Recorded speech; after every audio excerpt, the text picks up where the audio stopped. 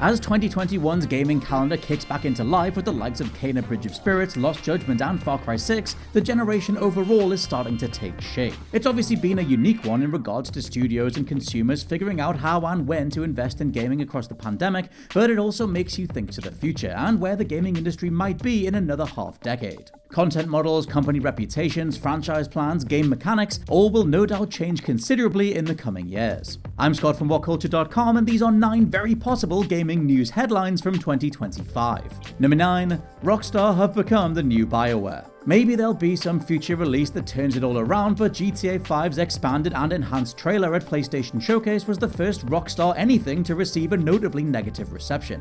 The reason? Well, people are sick of being reminded that the company put all their millions into GTA Online and continual re-releases of GTA 5 across an entire generation of consoles. Worse still, and here's where the Bioware comparisons come in, Rockstar themselves are a shell of their formerly extra creative selves. Lead writer on every major GTA and the likes of Red Dead Redemption, Dan Houser, left in 2020. Producer Leslie Benzies, part of the Rockstar trio that powered the company's rise to the top, left in 2016. Now all that's left is the supposed money man Sam Houser, none of the lead creative forces that helped establish what Rockstar as a game studio is, and a sales trajectory that only encourages less single player and more multiplayer.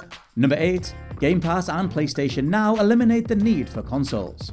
It's just the way the industry is going. Once streaming services are locked down to the point lag is eliminated and the hardware side of things is smoothed out on the server side, why wouldn't the industry go the way of streaming? Something like Spotify was barely a blip on the radar back in 2015, but now it's the go-to music streaming platform. Movies too tend to fall into the Netflix or Amazon Prime bucket, and as of 2020, almost half of all readers surveyed by America's National Endowment for the Arts Institute read books digitally. Sony tried the whole pair your controller with the television thing with PlayStation TV, and though that didn't sell thanks to asking people to buy another processing unit, the idea of Bluetoothing a DualSense or Xbox pad to access a PlayStation or Xbox app on your smart TV is much smoother. With Ubisoft's Yves Guillemot thinking the current generation will be the last, and Xbox prepping for an all-digital Game Pass future, this feels like a sad inevitability. Number 7. The Witcher 4 coming this year. CD Projekt Red will need some time to get back on the horse. I mean, literally, how does a company with such a whiplash rise and fall from The Witcher 3 to Cyberpunk 2077 even begin to win back the adulation of fans? Cyberpunk is long behind its schedule in regards to single-player DLC or the multiplayer expansion, and the more that comes out about its development, the more it seems like there's no ending in sight. Still, what does CDPR look like in another year or another 2? The studio have committed to taking as long as necessary to win back trust from gamers on Cyberpunk, and by the time 2025 rolls around, maybe that's enough time to announce another AAA title and be received with open arms. Number 6. Sony's PS1, PS2, PS3 and PS Vita monthly service continues to dominate. Sitting somewhere between Game Pass and Nintendo's woeful Switch Online offerings, where practically barrel-scraping releases are offered as justification for a price tag, Sony could mine the PlayStation archives for some killer combos and re-releases. As an extension of PlayStation Now, what is stopping Sony having a full God of War collection, easy access to something like Tekken 3, or negotiating with Konami to include all Metal Gear Solids in one place? Lesser-known gems like Psyops, The Mindgate Conspiracy, Def Jam Fight for New York, and God Hand, plus genuinely overlooked PSP and Vita titles like Uncharted Golden Abyss, Soul Sacrifice, Pursuit Force, Resistance Burning Skies, and Persona 4 Golden. Honestly, there are so many incredible PlayStation exclusives, either true exclusives or just through association, that would soar on a rotational window, with the option to buy and keep if need be. Again, Sony just needs something like this to keep up with Game Pass, and it's high time they pulled the trigger. Number 5. Grand Theft Auto 6 can't top GTA 5 sales. Amassing 140 million units to become the highest selling entertainment product ever, there's no way GTA 6 tops that momentum. Even looking back across the entire GTA franchise, 5 has sold more than every other installment combined, and 5 times that of GTA 4. We're talking about a game that's remained in the top 10 most selling video games since its day of launch. Xbox One helped maintain momentum, but GTA 5 has sold consistently for 8 years solid, at this stage being a Minecraft-like entity all to itself. The main reason for its tail-end appeal comes from GTA Online, something Rockstar will either eventually release as a free-to-play access point, or otherwise not advertise as part of a bundle going forward. All of this largely relates to how Rockstar work as a company in the new era. Either they recommit to single-player titles and separate GTA Online as its own thing, or they keep it as part of GTA 6 and force everybody to pay a higher entrance fee.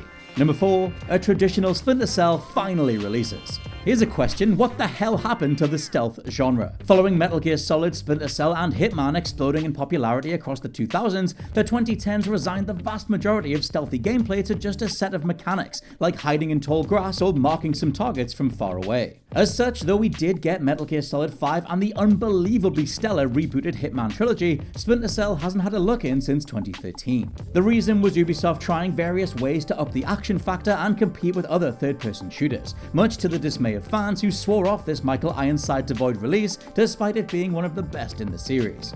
Come 2025, and after Ubi have revived the Splinter Cell name through a Netflix animation and various guest spots across their other IPs, yes, all those things are confirmed and in production, it'll be time for Splinter Cell to come back in full. If EA can give us a Mirror's Edge sequel and Alan Wake can get a remaster, then Ubisoft can do another Splinter Cell. Probably. Number 3. Reselling and refunding digital games is now the norm. If the entire gaming industry continues to move online, there have to be more rights for digital consumers. As of 2018, a staggering 80% of all video games sold were digital. And while I absolutely love a good collector's edition or being able to unwrap the cellophane of a title on launch day, the reality of faster digital access wins out for the majority. However, as the 2010s spelt out in flashing neon letters, video games are rarely in a state worth full price at launch. And that's alongside the fact that you should be able to sell a digital title online the same way you can trade in real life. Whatever form this takes will likely go through a few different iterations. The whole idea of opening up the reselling of digital goods is rife for opportunists to mess with and take advantage of. I mean, just look at NFTs. But it does have to happen. 2025 will be the midpoint for the current generation, and as physical sales have no reason to come back en masse, consumers need a legal way to pass their games on to others or know that they're entitled to a refund if something is wrong. Number 2. Final Fantasy IX's remake is confirmed. Okay, maybe if we all hold hands and pray to a higher power, Final Fantasy VII's remake will actually get completed. Not be an incredible genre-defining masterwork like the original, but just actually hit the finish line, delivering a cogent story that pays off over 20 years worth of hype.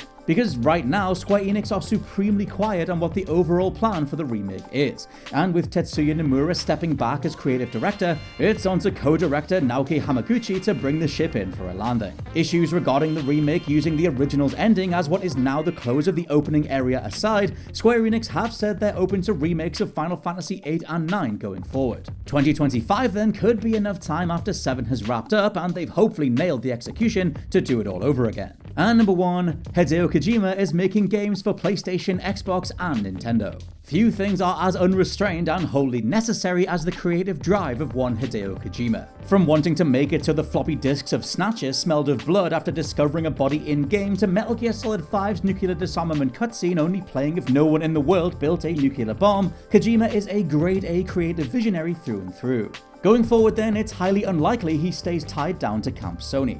Where siding with PlayStation was seen at the time as a lifeline out of Konami, Hideo Kojima has since signed provisional working agreements with Xbox and looks to be developing a horror title going forward.